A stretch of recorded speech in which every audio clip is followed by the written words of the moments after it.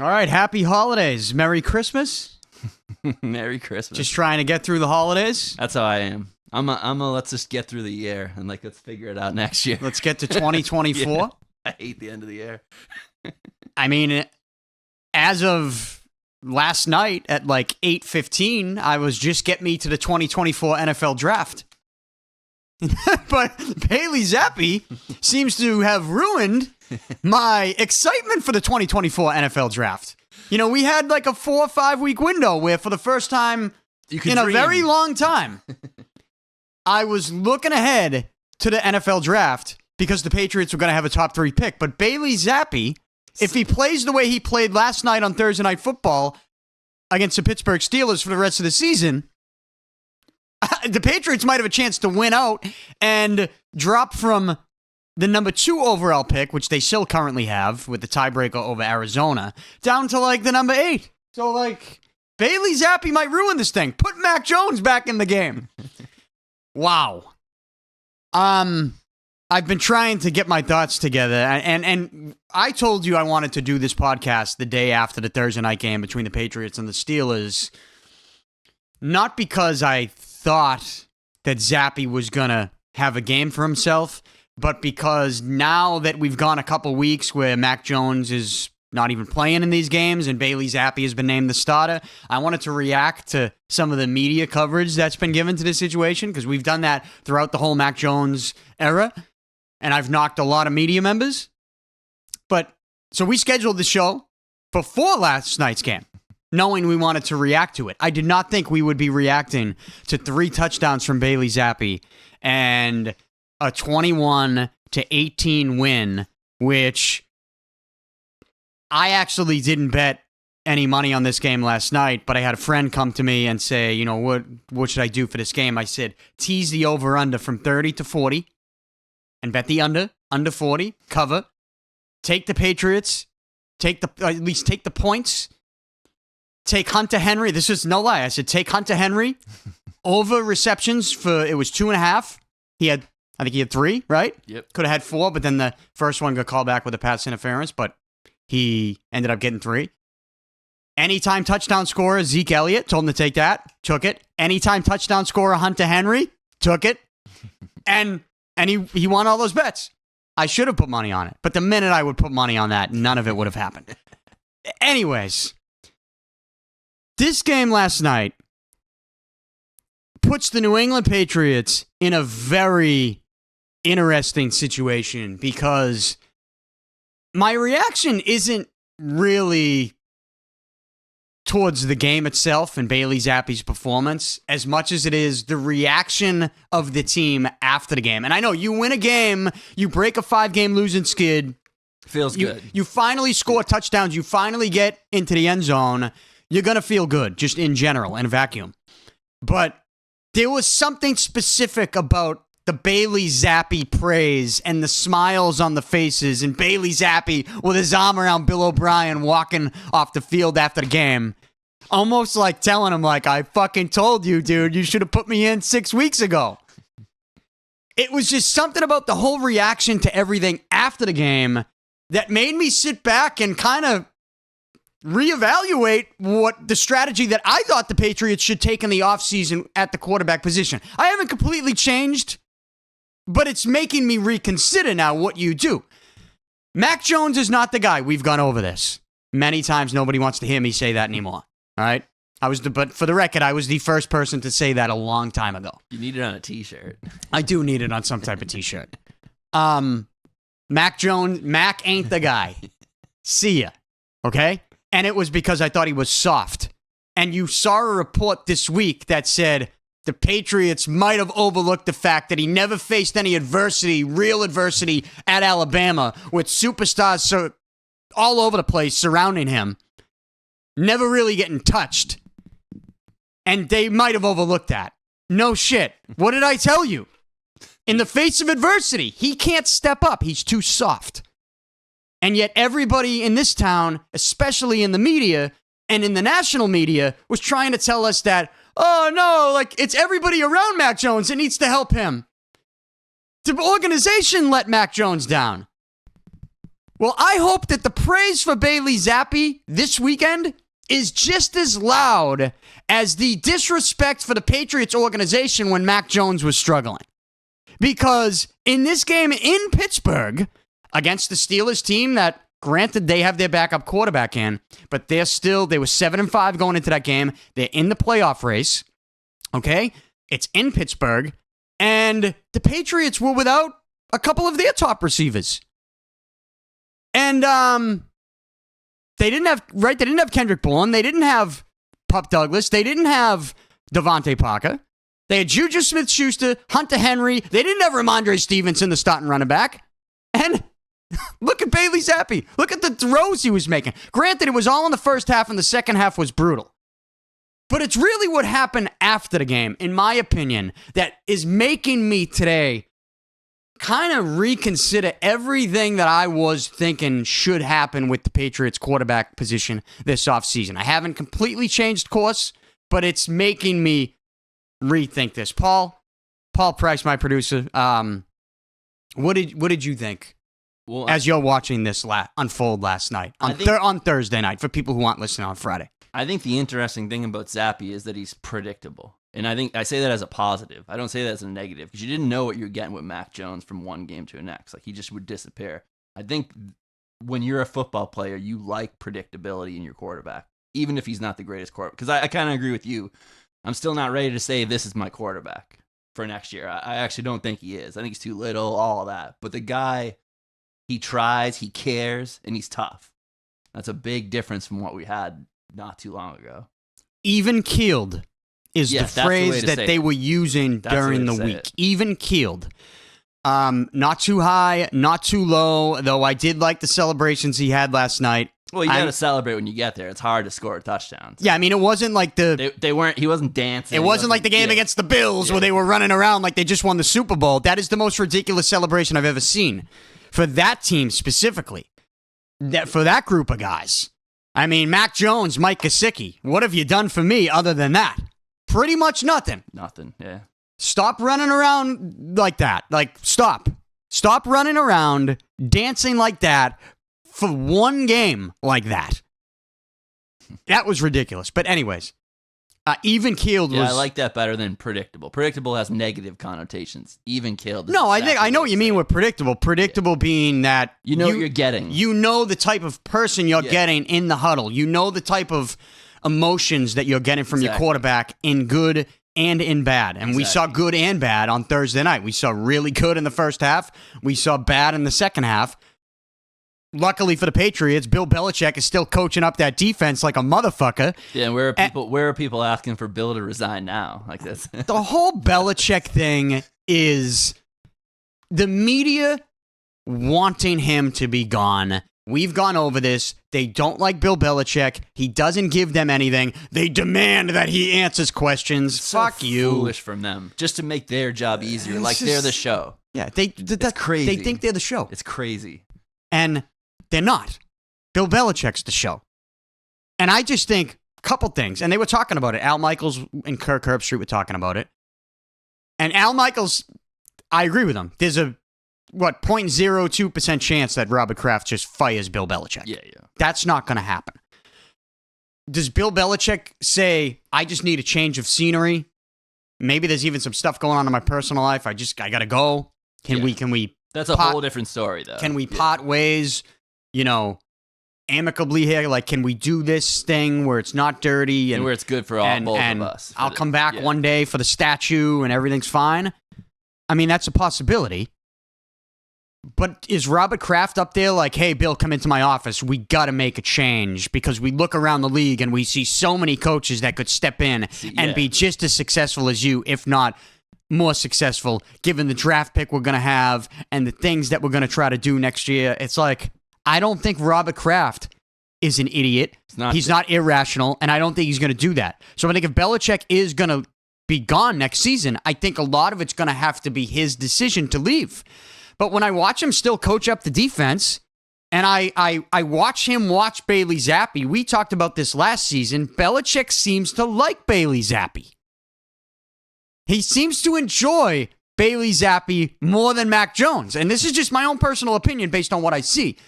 But that's what I see. That's what I feel. Bailey Zappe can get out of the pocket. He can go out and run for the first down. He can go out and run and make a throw on the run. He could do some things that Mac Jones just can't. And again, that whole phrase that I just mentioned, being even-keeled, really helps him establish himself as a trustworthy, you said predictable. I think I get what you're saying. Yeah. Predictable with his emotions.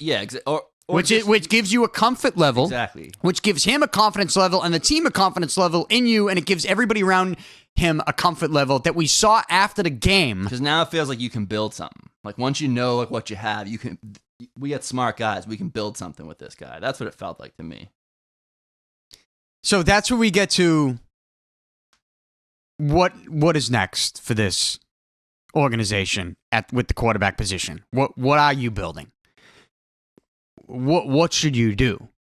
But real quick, we do have this Ezekiel Elliott clip ready to go where after the game he talks about Bailey Zappe, and it's this type of clip that really just jumps off the screen to me and is like, if you're an honest reporter out there and you're like seeing clips like this and you're still kind of on the fence about who should be the Patriots quarterback, then you're not an honest reporter. Here's Ezekiel Elliott after the game. How impressed was we with Zappe tonight? Seemed like he was very composed, made some big plays. Yeah, Zappe was balling tonight, man. He commands our attention in that huddle. He was out there making the checks, making the points. Just had so much confidence, and the offense definitely can feel that. How impressed was we with Zappe tonight? So, right there, I think you just see, and you even saw Judon on social media. Yeah, was like watching the game, and I think he was saying the things he was saying on the first Ezekiel Elliott touchdown, like right at the beginning of the game. So that means they all have been talking about the truth the entire time, like behind doors. And the truth is that Mac Jones is not the guy. Not just to me, not just to you, not just to most rational people who have been watching this Patriots team for the last 2 years, but also to the guys in the locker room. And that speaks volumes. And maybe that wasn't the best clip we could have shown, but to me, coming from Zeke, yeah, exactly, it was important to me more than some other guys. But now you get into the question, like, what do you do? Because I still don't think Zappe is the guy. But we did talk about a couple times last year when Zappe came in and we didn't want to see Mac Jones anymore. We were like, well, why couldn't Zappe be a Brock Purdy? Yeah. Like, why couldn't Zappe be somebody that steps up and is the type of quarterback that nobody saw coming? He very well could be, given the opportunity, which is why I find it humorous. Even going back, we haven't recorded in a couple weeks, but right after we recorded the last show a couple weeks ago where we reacted to CM Punk's return, and by the way, don't let me escape today without following up on that before we leave. But since we recorded that show, the Patriots made their decision to go with Bailey Zappe for a couple games, but they benched Mac Jones, at halftime of the Giants game? Yep. And then after that game, there were questions to Belichick and Mac Jones from the media that was saying, like, the media asked Mac Jones, do you think the team put you in the best position to win? Not naming the starter, right? Like, going into the game. And then they asked Bill Belichick, do you think you put Mac Jones in the best position to win? Not naming him the starter right away. And I'm sitting there going, well, why are we so concerned about Mac Jones? What about Bailey Zappe, the guy you're just throwing into the fire at halftime? How come you're not asking him, do you feel like the team put you in the best position to have success by coming in off the bench constantly this season? They're not asking that question because they don't want they don't want Bailey Zappe to be the quarterback. And it's just so pathetic.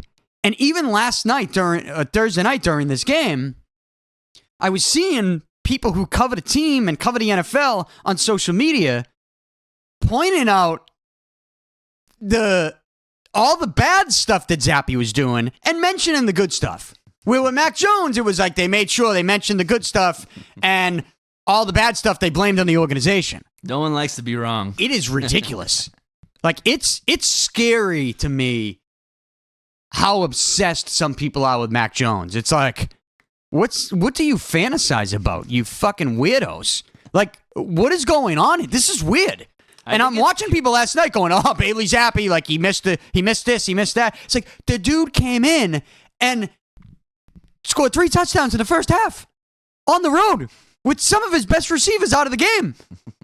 And 2 weeks ago, you were saying this same organization was putting the other quarterback in a terrible spot.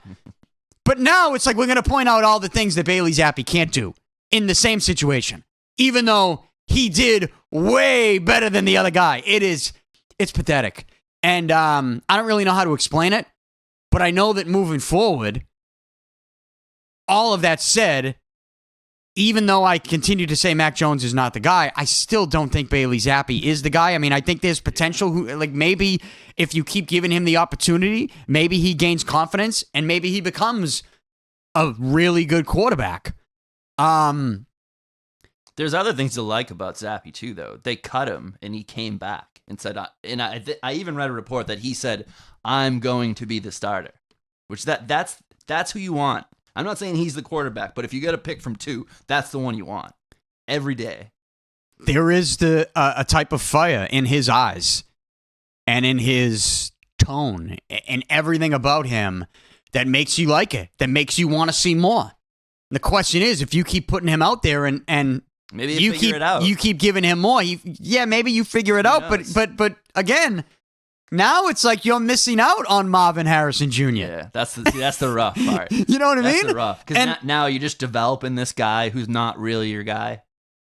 At the end of the day, like it's weird. It's putting me in like a mental pretzel yeah. Because I don't want Mac Jones. Great, he's done.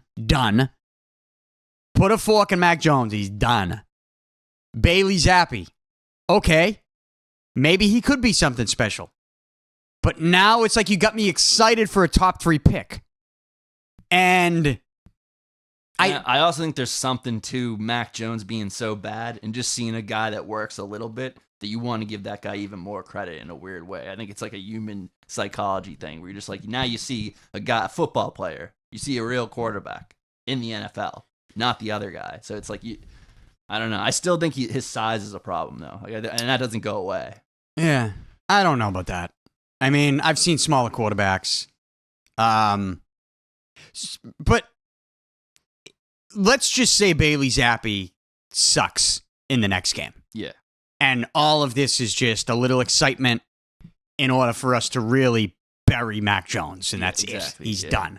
This is the point has been proven. It's not the organization. And I mean, I also want to be careful. Let's not act like they just beat the Chiefs, right? Yeah. They beat the Steelers, yeah. right? But we got to acknowledge when it's good with this group that everybody has been knocking all season and even for the last 2 years, blaming Belichick. Yeah. And suddenly Bailey Zappe, finally you put him in position for a couple weeks to be the starter.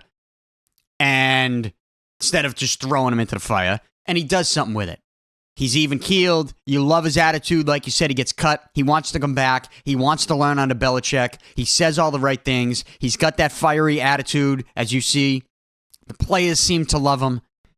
Like, it does seem like a really good situation with this organization with Bailey Zappe under center if they were to fully commit to him for an extended period of time. But again, you get to the draft. Are you now losing a top 3 pick?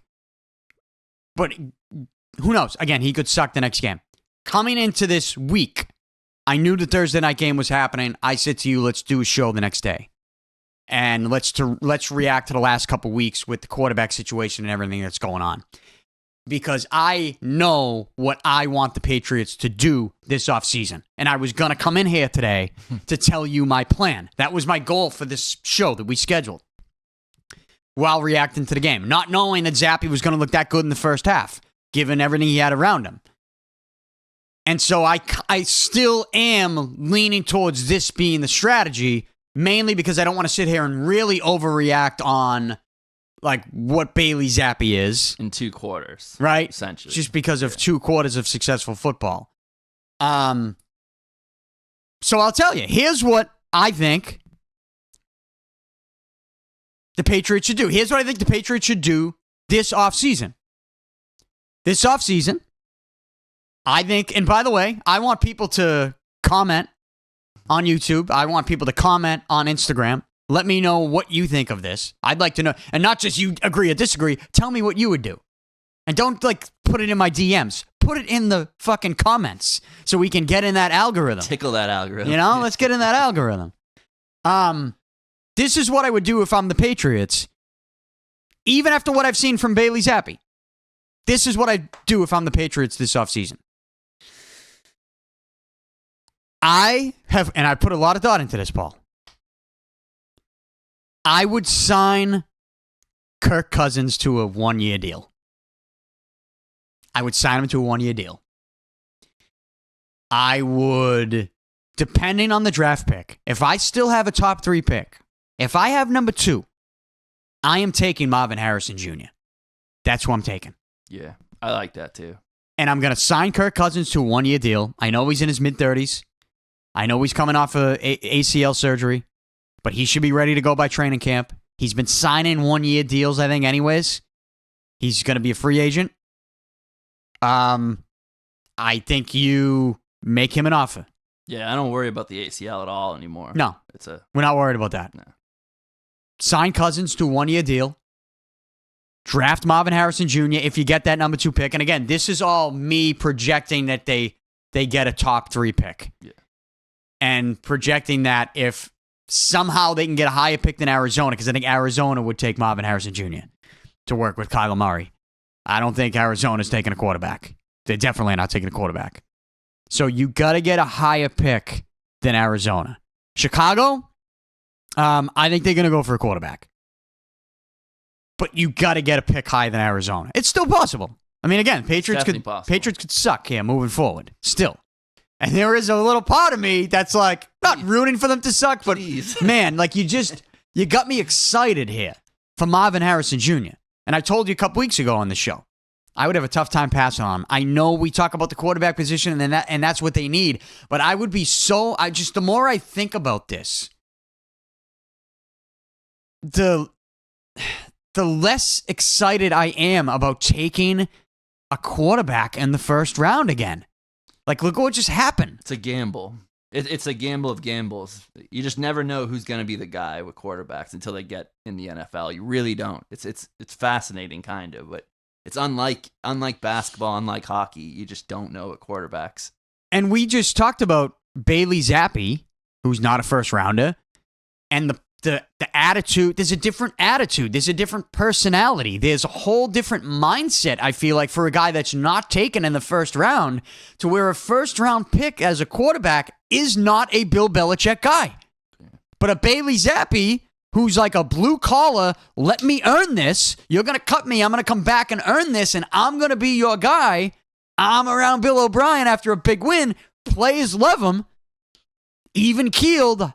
Like, that's a Bill Belichick quarterback. And, like, not to compare anybody to Tom Brady, but again, we know Brady was not a first-round pick. Nope. And so I just think history shows if you're Bill Belichick, and again, this is assuming Belichick sticks around. What do you do if you're Belichick? Trade down. No. yeah, take an offensive lineman and like go through it all again. No, but seriously, I just, the more I think about it, I don't think I would feel comfortable. I know we're going to talk about Caleb Williams and Drake May, and I mean, I've talked about Michael Penix Jr. People talk about Bo Nix. Bo Nix has does have a little Drew Brees in him, I feel like. But the kid from LSU, Jaden Daniels. Yeah. And I'm guilty. I didn't watch enough of this kid, but I started to read about him recently and watch some highlights. And I saw the Alabama game where he almost had 400 total yards throwing and rushing. And then I watch those highlights and I'm like, this is Lamar Jackson. And you look at where he's projected to go. I've seen some mock drafts have him go 6 to the Giants. I've seen some mock drafts have him go late first round. It's all over the place. I mean, does someone like that maybe after the combine, I don't know, like slip to the second round? My point is this. Take a quarterback later in the draft. Is it a J.J. McCarthy? I don't know. I'm not the biggest J.J. McCarthy guy, but maybe he shows you something in the combine. Maybe a couple of these quarterbacks do slip that they expect to be taken early. If you have the number 2 overall pick, in my opinion, you take Marvin Harrison Jr., you sign Kirk Cousins to a 1-year deal, and you draft a quarterback later. And then you have that because, I told you, I'm not taking Caleb Williams. I know he's got all the talent in the world, but the fact that he wanted equity, he's already talking about wanting to be an owner of a team that drafts him, is like, see you later. Drake May. And that's not going to work with Belichick. It's just that headache. Just the fact that you open your mouth to say that. Belichick's already writing you off. Hell no. And so I think that,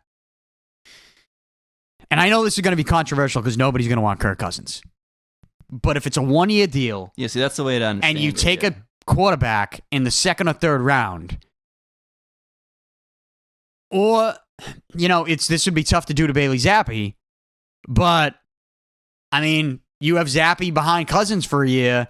You think Zappe's showing you something. Zappe's still young enough. He could be your guy for the future. And that's a better way to grow him, honestly, than just ruin him and throw him to the fire.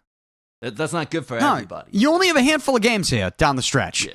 And it's kind of a shit show, right? There's a lot going on. There's a lot of injuries. Yeah. You're not going to make the playoffs. You're out of the playoffs. So there's going to be certain guys who are not going to risk even more injury and battle through injuries. That's a great point.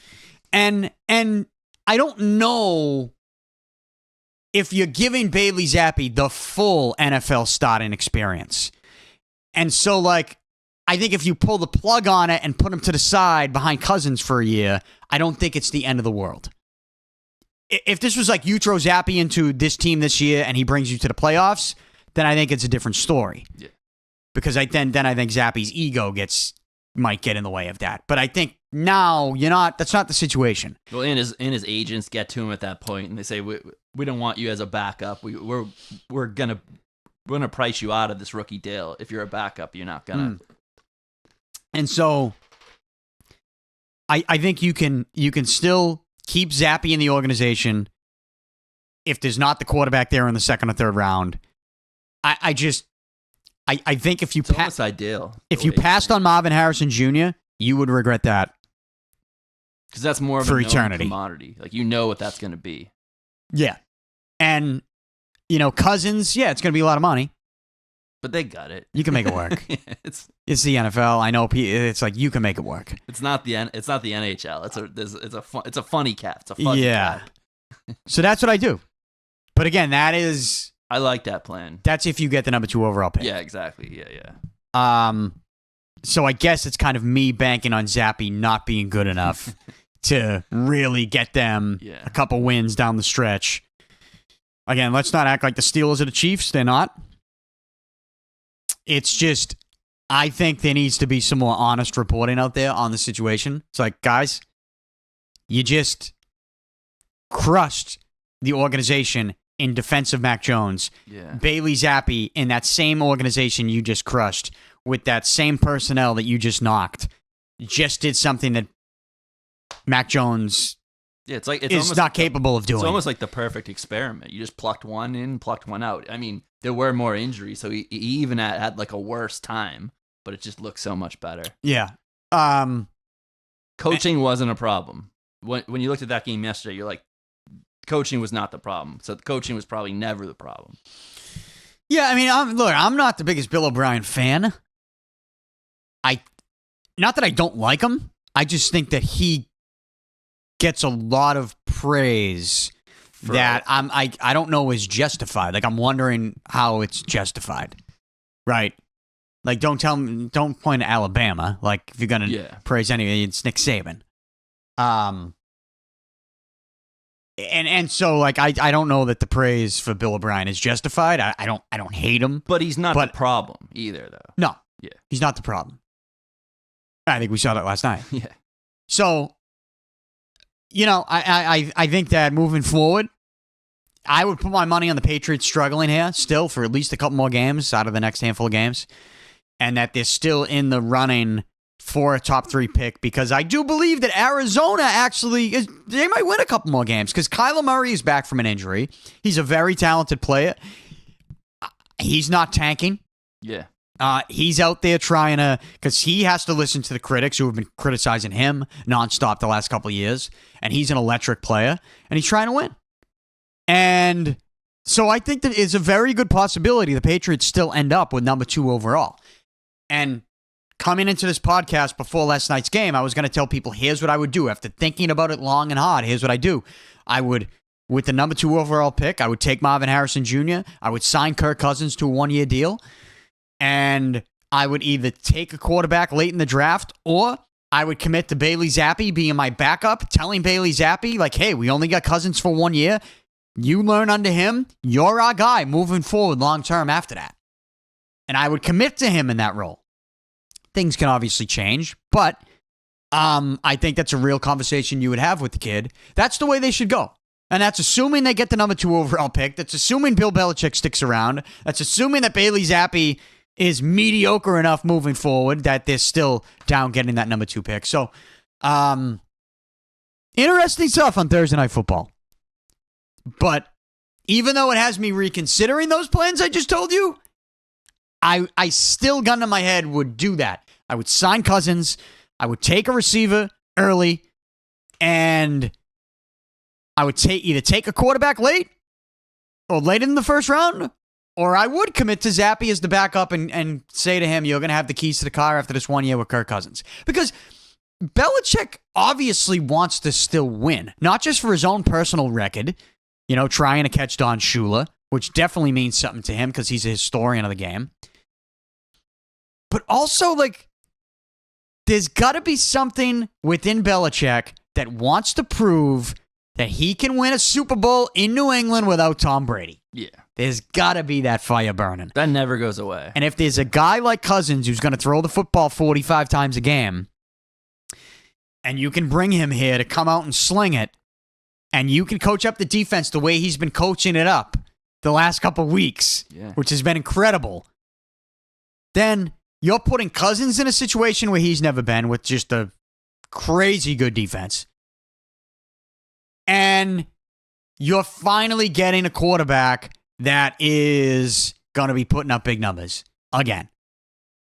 And if they went out and they signed Cousins, regardless of what they do in the draft, if the Patriots signed Cousins with the way the defense is playing right now, you would have a lot of people betting on the Patriots to maybe come out of the AFC next year. Yeah. You would. And the thought of that, again, makes me excited. And so that's why I would make that move. But we'll see. I mean, Zappe definitely he's got me thinking after Thursday Night Football. And not just Zappe in the way he performed in the first half, but the way the team kind of rallied around him afterwards. I thought spoke volumes. And people are going to defend Mac Jones because, again, we talked about he seems like a really good kid, right? He's a nice kid. Easy to work with if you're asking him questions. But I don't know that he's got that mental makeup. He still might get it. He should still be a backup somewhere. Not here, but somewhere. He could be a starter somewhere. Yeah. Oh, yeah. But he's another guy who I think would learn in a backup role for a year, honestly. Like a legit, this is the plan, we're going to give you 1 year. But not here. It's the ship has sailed here. Yeah. Yeah, it's over here. That's for sure. And, knowing I want the number 2 overall pick, it almost makes me want to see him. Yeah, exactly. Right? Let's get back to losing again for a couple weeks. Because we're not going to playoffs. You can dance as much as you want, buddy. Don't worry about it. But who knows? That's where we stand with the Patriots in the NFL. A big win on Thursday Night Football for Bailey Zappe and an organization that's been looking for a quarterback. But Is he the long-term answer? I think you could still bring in someone like Cousins next year and play games with who is the long-term answer. You know, I would like to just see Belichick be in position to take another run with this organization. Yeah. And who knows? Zappe, a year under Cousins, learned some things. And is Cousins even that much better the next year, and maybe you're a contender the next year with Zappe. Exactly. And Cousins is going to look like a different guy with a defense. So. Oh, yeah. Like I mean, not to say that Minnesota hasn't had a good D. I think they have. But the way that Belichick's defenses perform, and it works hand in hand, too. Like, the defense also gets an extra pump from a solid offense. Oh, yeah. And I think it would be a good fit. I don't know if the Patriots are going to do it, but I think it would be a good fit. I like that plan at least. That's at least a solid plan. I hope they hear this. I hope this is in their heads already. It's got to be in their heads already. It's got to be because you have to. It's got to be in their heads.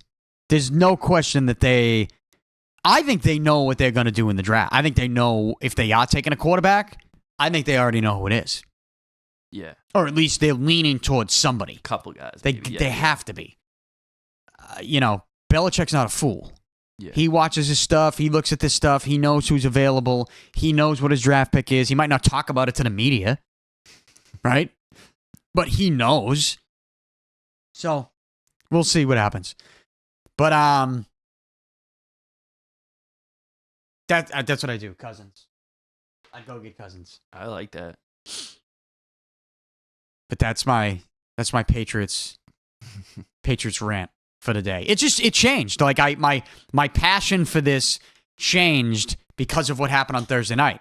You know, Bailey Zappe has thrown a wrench into the plans that I was going to come on the show and give you. And but maybe not. Maybe it does add to it because keeping him under a year that sounds good to me. Like that actually works because now you know, like maybe you do have something in this guy. Maybe not today, but maybe someday you have something in this guy. Yeah, it almost fits perfectly into your plan in a weird way. Not this year because he might screw up your draft pick. But well, I wanted to. If Zappe ends up, who knows? I mean, Zappe, if he makes throws like he made in the first half, and I know we're all talking about the one where Hunter Henry dove. That was a nice throw. But even like the Ezekiel Elliott, like he goes through the progressions and still finds him. Like there's a lot of those throws. Like Mac Jones puts it behind the guy. But then there's just some other throws like the Hunter Henry back of the end zone goes through the progressions and finds him in the back of the end zone. Like it's a big boy throw. Like that's a Jalen Hurts, Patrick Mahomes throw. Perfect spot. Goes up and gets it. The one where he's diving. I still question, is that a good decision to make that throw? You know what I mean? Like, it's a great catch. It looks a great good. Play. Yeah, it looks good. Yeah. It looks great the more you watch it. It's like, oh, he put it in the right spot. It's like, Still a great catch. Was that a great catch? Is it a little luck there, too, that didn't get, like, picked off? But that's even part of it. You have to have balls to get luck. Do you know what I mean? Like, Mac Jones is thrown it behind you. There's no luck coming from that. Like, you still have to. Yeah. I like the one in the back of the end zone to Henry. Showed me something. But if he can make throws like that the rest of the season consistently, and he can take that first half and turn it into full games, then I'm going to have no choice but to actually second-guess my own sign Kirk Cousins and say, no, you know what? Don't sign Kirk Cousins because Zappe has shown you, like, it will get to a point if he's making plays like that consistently at the end of the season. He'll make the decision. He's the guy who can make the Then decision. It's like the Patriots are going to have no choice, I think. Exactly. Like, all right, yeah, you're going to draft a guy, but you might not go the route I just gave you where you sign someone like Kirk Cousins. You might have to say, well, Zappe's going to have to be our guy going into next season. Like, why wouldn't we do this? Yeah, but he could be a Brock Purdy. Exactly. You know what I mean? And if the players are loving it, now suddenly, like, Judon's coming back next year. Yeah. And who knows? Maybe Arizona goes on a win streak, and you still end up somehow getting a chance to draft Marvin Harrison Jr. A lot could happen in the next handful of weeks. So let's let it play out before this hot take of signing Kirk Cousins gets stale extremely quickly. I was hesitant to even say it, but I'm like, I wanted to give this rant. That's why I scheduled the show after this game. I didn't expect Zappe to play like that. And so, credit where credit's due. Like, I hope the praise for Zappe is as loud as the disrespect for the organization and the personnel when Mac Jones is playing. Yeah. For everybody that was like, oh, it's not Mac Jones' fault, it's the organization's fault. Well, Bailey Zappe just went in with that same, actually a lot less personnel in the same organization with the same coaching staff and just looked pretty damn good. Pretty confident. And the team seemed to love playing with him. They just look like a different team. Yeah. They looked excited.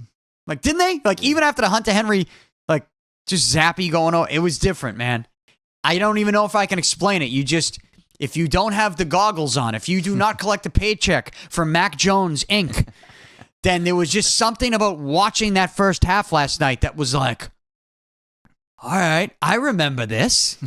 I remember what it was like to have a fiery quarterback go up to a receiver afterwards and, like, not have, like, an overreacting, goofy dance, but still have enough, like, celebration in him to be like, oh, there's chemistry here. And it's not goofy. And it's not like... It's not some TikTok nonsense. Yeah, right? It's not like some, like, immature TikTok nonsense. It's perfect.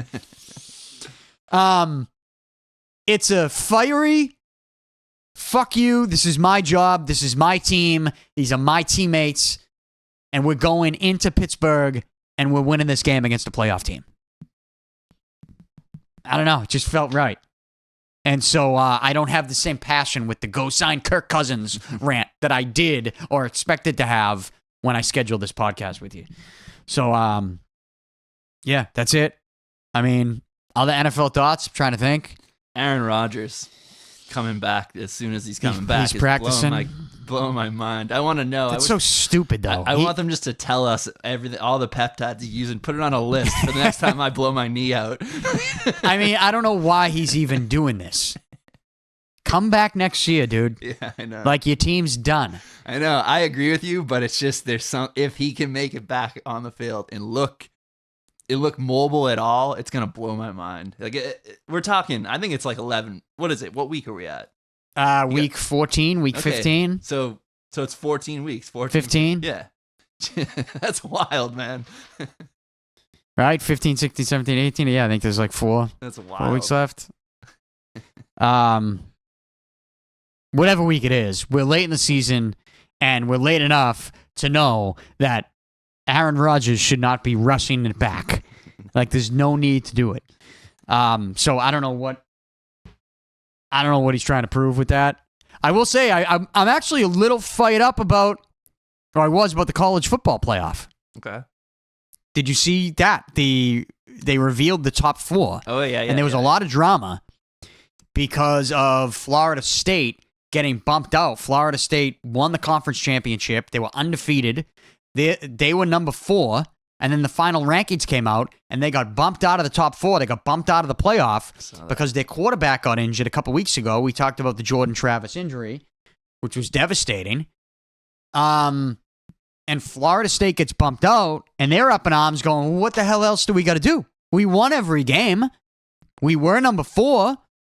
You're going to bump us out because we lost our quarterback due to injury? Stink. It's a team sport. Yeah, it does stink. But I mean, I understand. I do understand it though a little bit though, because you're not that number 4 team without the quarterback. It's just you're not. So. Well, if this college football selection system was based on stats, was based on winning percentage, was based on standings, then they got a beef, right? But it's not. But it's not. It's based on human selection, human decisions, and that selection committee. I think it's a 13-person committee. It says, if you read on the website, the 4 best teams. I know that people who love Florida State, who go to Florida State, who have, a history with Florida State, whether it's them or their family or they're part of the organization, they're part of the team, they're part of the school in any way, shape, or form, they're frustrated and they take this shit personally, which I love because it shows their passion. But at the end of the day, you got to be realistic. You lose your star quarterback, you're not one of the 4 best teams in the country anymore. Exactly. You're not. And that's part of the criteria. When you get the human selection that isn't based on necessarily just winning percentage and standings. You also got to look at, all right, is Florida one of the 4 best teams in the country? The winning percentage shows that it is, but if you actually look at it and look at the teams and the rosters now that Florida State's star quarterback is out, no, they're not one of the top 4 teams. So what happened was Texas got in, and they only got in because Alabama got in, because Texas beat Alabama, right? And Alabama only got in because they beat Georgia in the SEC championship. Now, here's my biggest beef with the whole thing. It's not that Florida State got bumped out. It's that number 1 Georgia got bumped out.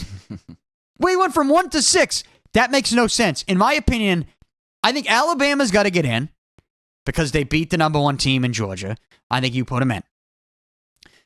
I don't think Texas should get in. I know you could say, well, Texas beat Alabama, and I think I got that right, and that's why they got in. But I think you got to look at it this way.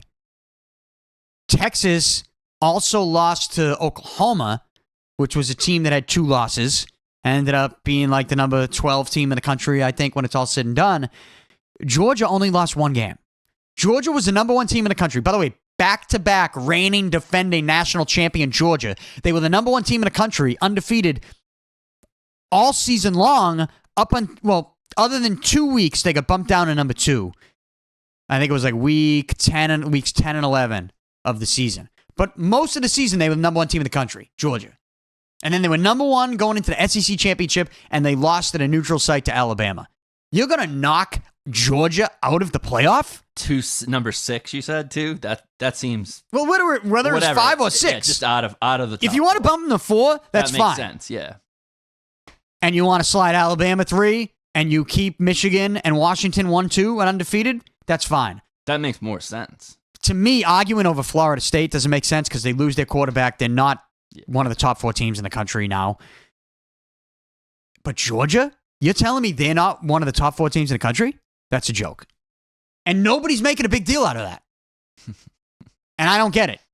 Like, that's the one that confuses me. Why is that not as big a deal?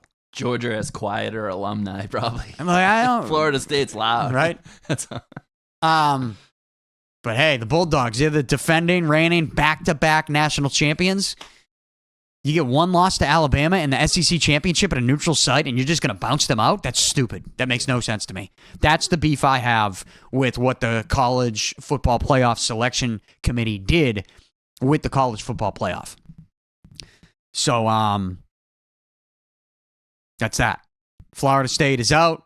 I understand it. They put Alabama in. I understand it. But you're really breaking it down because what you're doing is, too, you're kind of contradicting your own reasoning by putting Texas in over Georgia because you got to go, who's the better team?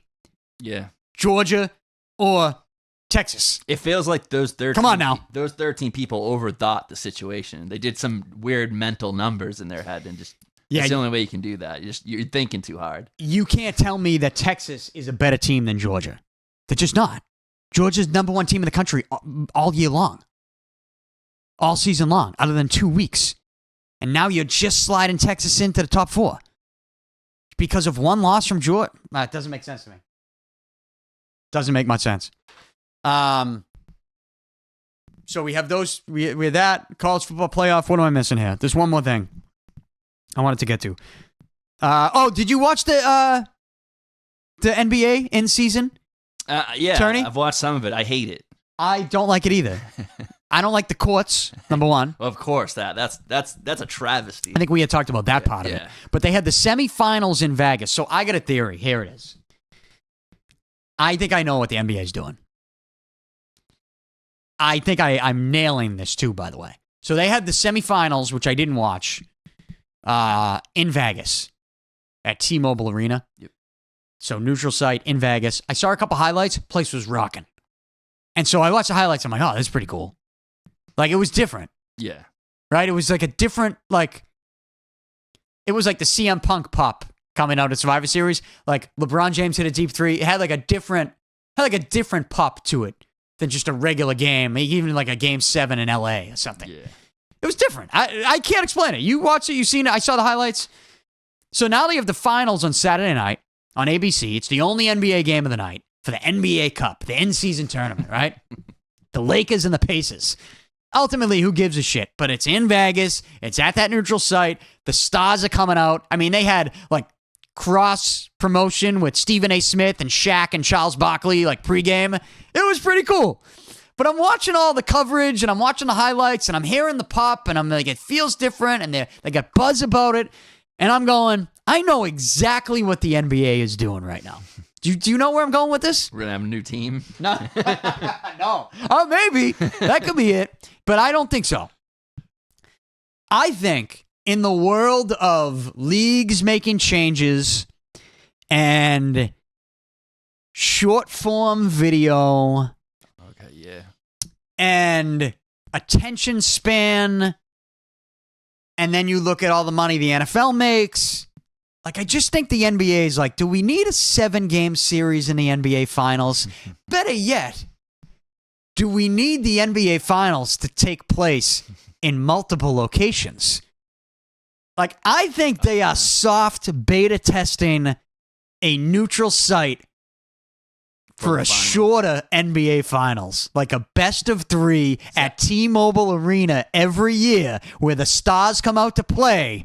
Like, I would be all for that. Yeah, I like that. Yeah. Not just like, because to me, like the regular season is almost, it's already kind of doesn't matter in a way. The teams that are going to get in the playoffs already slot up. So now you added like a tournament within that doesn't really matter. I know there's like some implications and stuff like that, but so I don't. The implications is money. Yeah. Well, I think there was like some tiebreaker too at the end of the year that it could be used for. I could be wrong with that, but I like exactly what you're saying. Like just the pop, the neutral pop.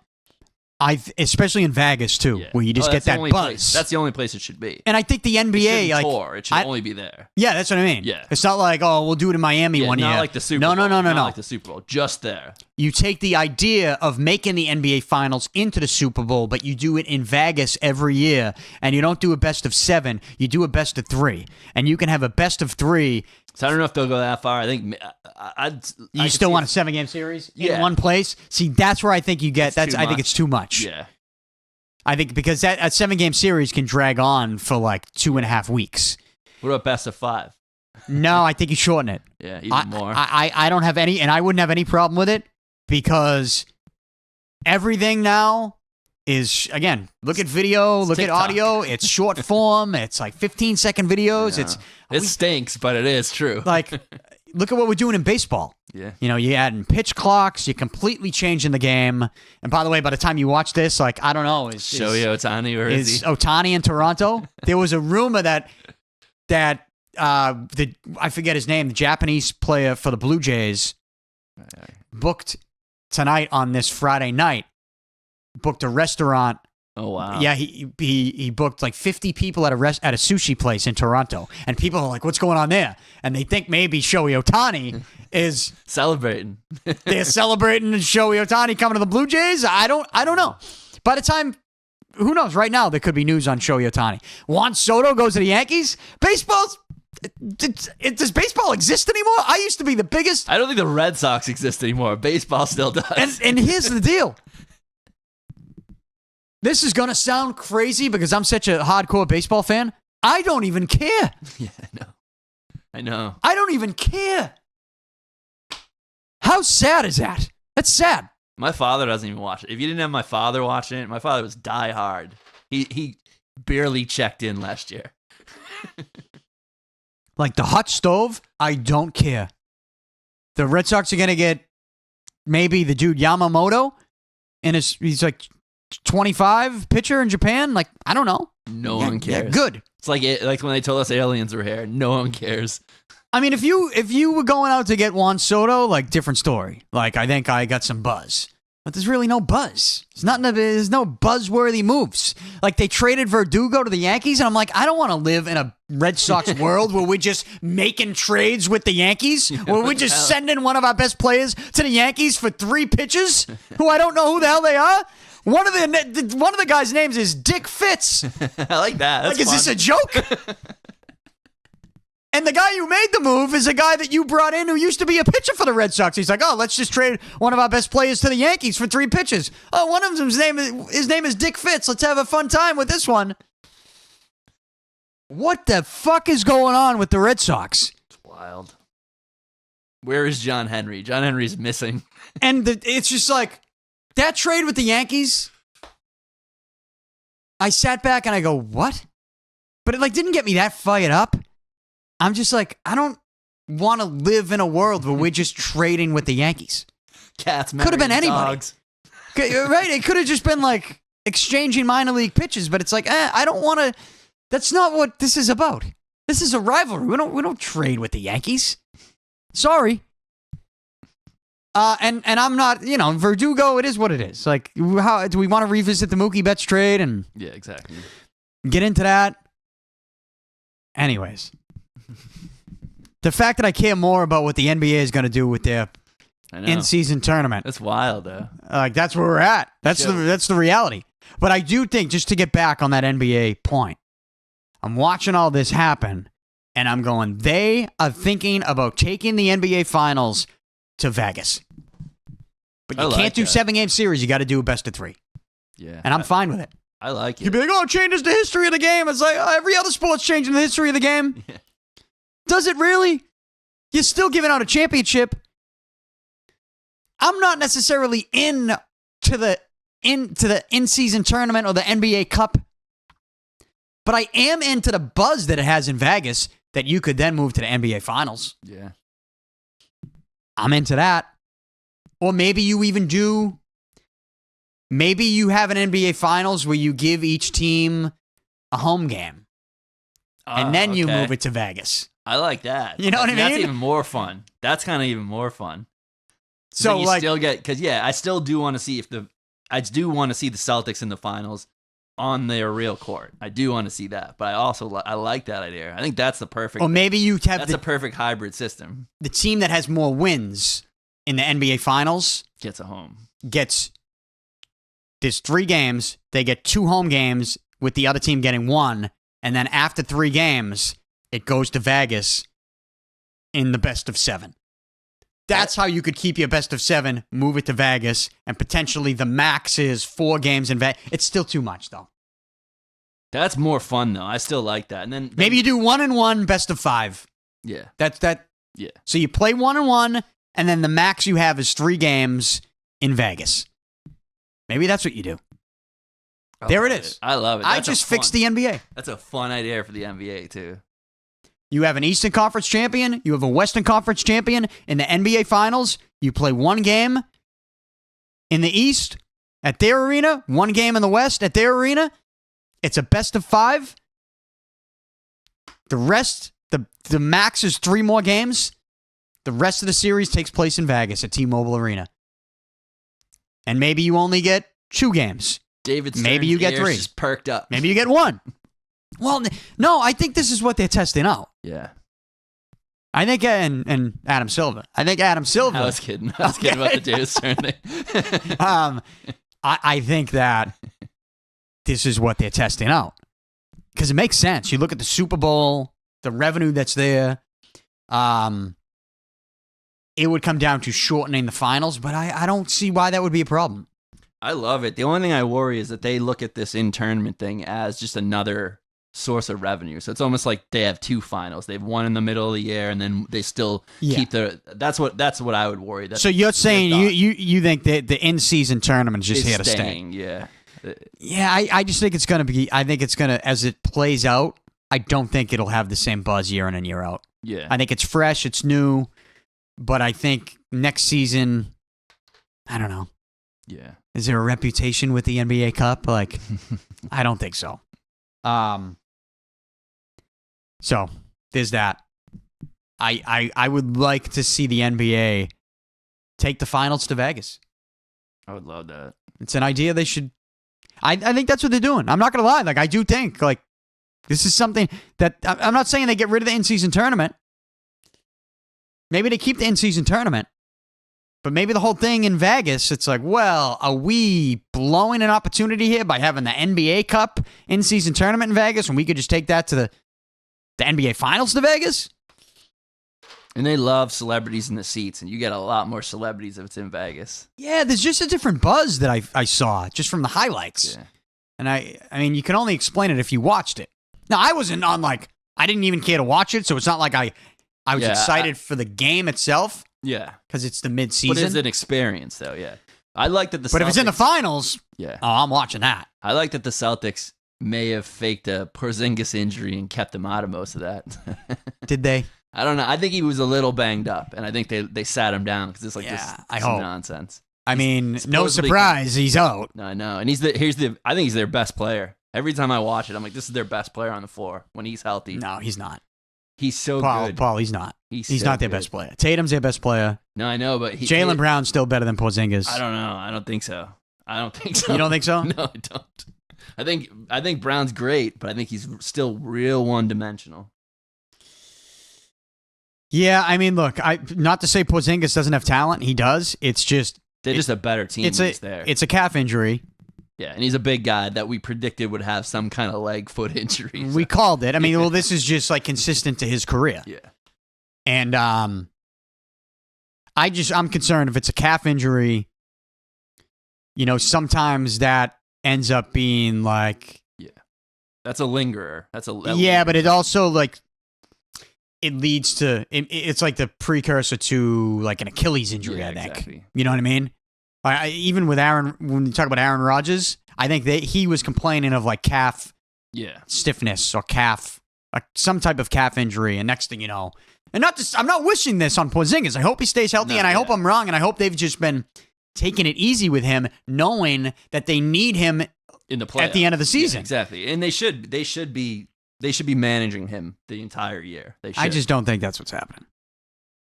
I think he's actually hurt. Yeah. And so they have to manage it. And we'll see. We'll see how it plays out. But that's my NBA minute. Mixed in with some baseball. I don't know what's happening with the Red Sox. I don't know what's happening with anything going on with Shohei Ohtani. By the time you listen to this, something already might have happened. So if it did... It stinks the Red Sox. Good. I know they weren't going to get him, but it stinks they're not even in any conversation. You don't want... But there's too much money. No, but still, I just want to hear them. You know what I mean? It feels like they're they're all on a ship somewhere, and they're away at sea. It's where are these? So Soto was the thing I wanted to hear them on. Okay. Juan Soto is a special player. Yeah. I think he had a career high in home runs last year with San Diego. Right? 35, 38. Champion with the Nationals. He's only 24, 25 years old. He's a special talent. And it was the Yankees, they just traded for Juan Soto. Oh, we couldn't do that? What the hell are we doing? So, there's no buzz, and it's weird. I used to love the hot stove but I don't even bother looking at it anymore. I don't even bother paying attention to it. Shohei Ohtani, I don't know. I'm glad they're not getting him because that is a lot of money. He's hurt. He was hurt, right? Yeah. You can't do that. But you could have done Juan Soto, and they didn't. Instead, you gave Verdugo to the Yankees for 3 pitches. Wow. Let's wrap it up with just some closing thoughts on CM Punk, because I posted a clip from the last show in which we reacted to CM Punk returning. And I don't know if you saw, but in the wrestling world, it got in the Instagram algorithm. And this clip I had of it where I said that it should be CM Punk versus Roman Reigns at WrestleMania, people were flipping their shit in the comments. There's 400-something comments from people that hate you. That hate me, but more so hate the idea of CM Punk in the main event against Roman Reigns.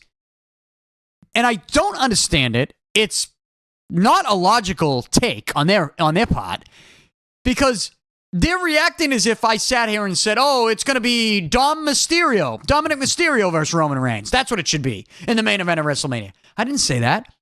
I said it should be CM Punk, the guy who set fucking records for social media views and hits and impressions on the website and t-shirt sales and ratings. This is the biggest name in professional wrestling. You have your main event at WrestleMania. I get it. They have the Seth Rollins thing. That's fine. They can do that whenever they want. But while you have Roman Reigns, given the storyline you've built up with him and the name that he has right now in the wrestling hierarchy, and now you have this guy that just blew the roof off the place, and they're like, oh, only because that was in Chicago. No, that helped, but it would have been the same any other. Now, it didn't help that the next night on Monday Night Raw, the crowd in Nashville, Tennessee was garbage. Did you hear that? I mean, it's like they didn't even know what was going on. But I guess we just got to chalk it up. That was Nashville. They don't know what's going on anyways, right? They're just worried about country music, and that's it. Yeah. They hear Cult of Personality. They don't even know what that song is. Like, oh, what's this song? What's this song coming on right now? It's not a country song. Once Luke Combs covers it, they'll know. Like, so you had Punk come out the next night. There wasn't a loud pop. The promo that he made wasn't what I thought it was going to be. But in hindsight, I do think it needed to, he needed to kind of open up about why he was coming back. And I thought that was kind of like I thought that was like a real promo. I don't think that was it. He did throw a couple of pieces of workage in there, you want to call it, where he calls it, kind of called out Paul Heyman, the wise man. Called out some people in the back who didn't like that he was there. Seth Rollins, Drew McIntyre. Didn't mention him by name. But he kind of hinted at some guys didn't want him there. But I thought for the most part when he's like, I'm home, I thought that was a shoot. I thought that was real. I thought it was from the heart. And in hindsight, I'm like, all right, maybe we needed to hear that. Right? Because at first I'm like, he should go in and he should knock AEW. And then when he didn't, I was a little upset, and then when I thought about it, I'm like, actually, it might have been better this way. Don't even acknowledge it. Yeah. Move on. Why are you here? Yeah. That's and he's like, important. oh, you know what? I'm home. You guys chanted my name in every arena for the last 10 years, and I just want you to know, I heard it.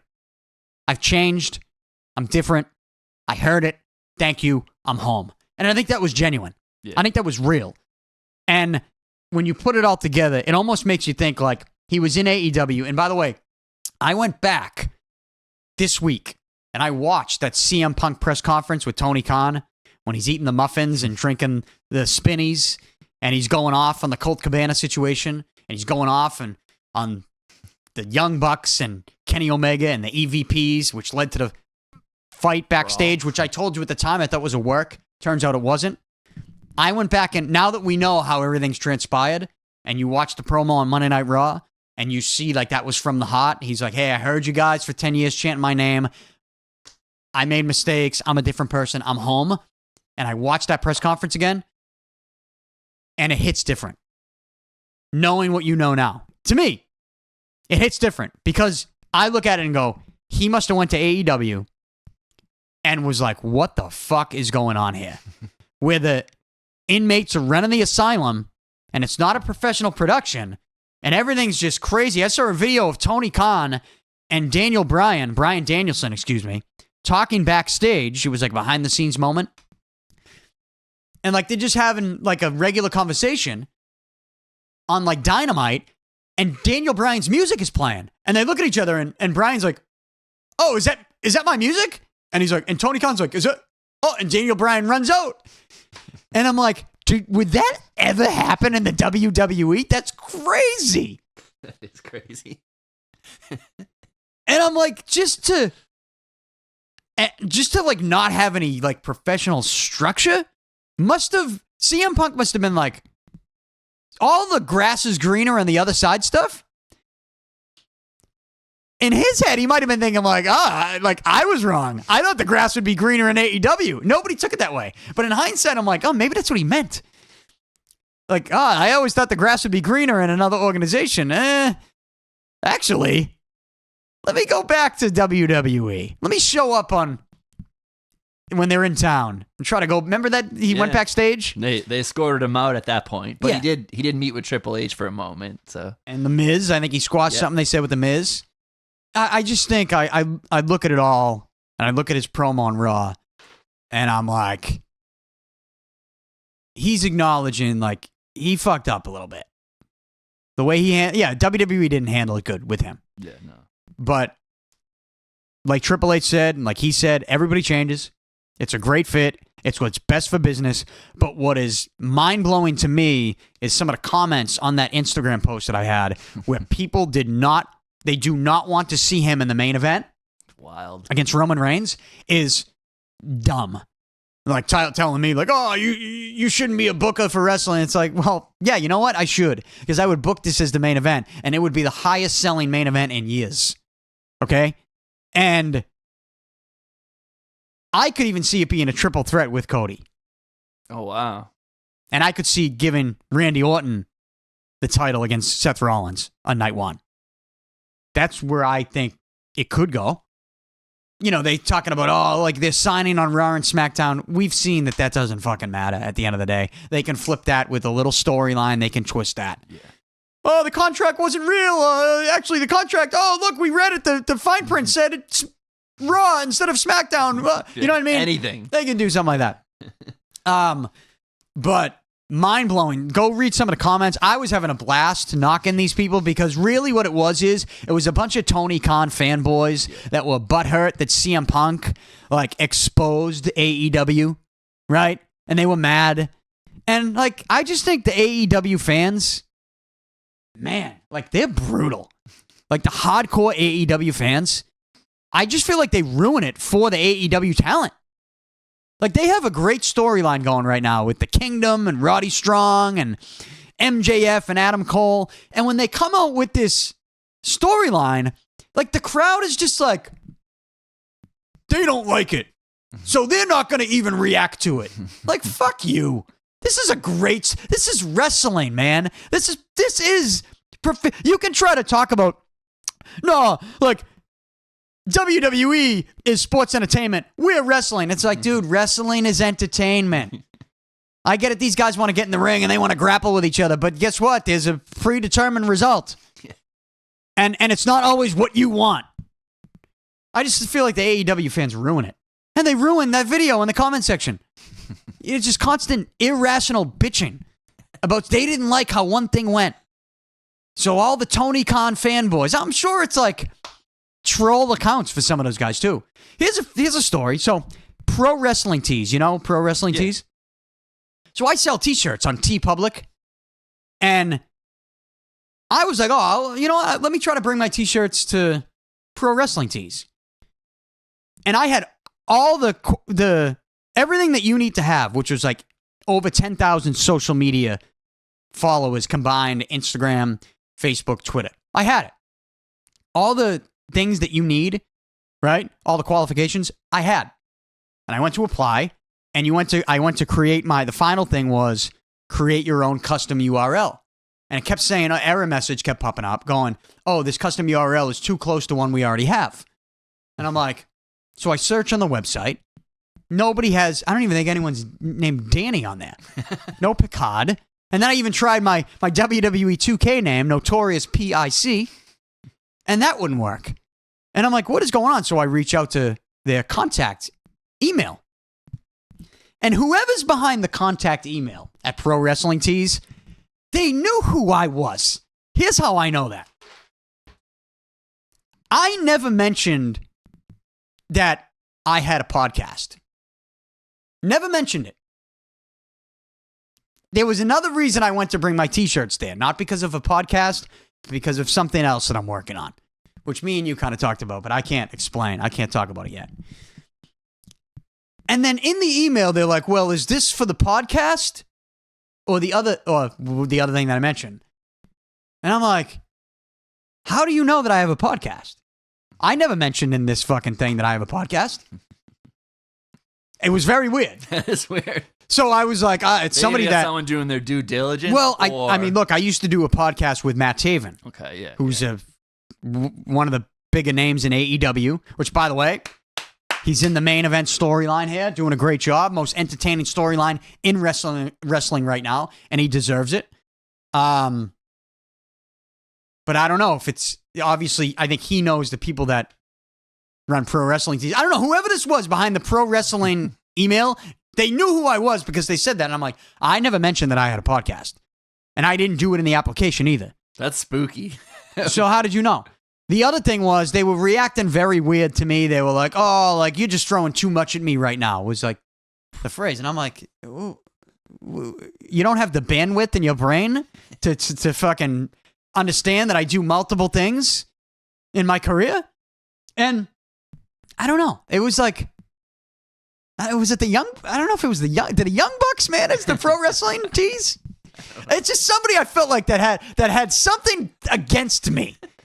And I know I sit here and knock AEW, and I'm like, who would be mad at that? That also runs pro wrestling tees that would know who I am. Very weird. And by the way, they didn't let me open my shop on pro wrestling tees, and I have all the qualifications. So they must have looked, and they won't let me do it. They must have looked at your Instagram and saw one video where it felt like you're knocking AEW. Maybe it must have been that. Had to have been.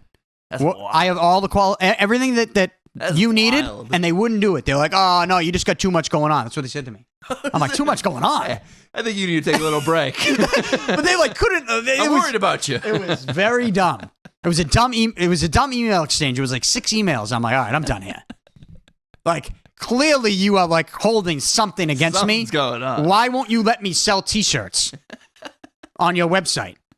Like they have a whole section. It's like sign up to sell your T-shirts. Here's what you need. I had everything that they need, except they wouldn't give me a custom URL.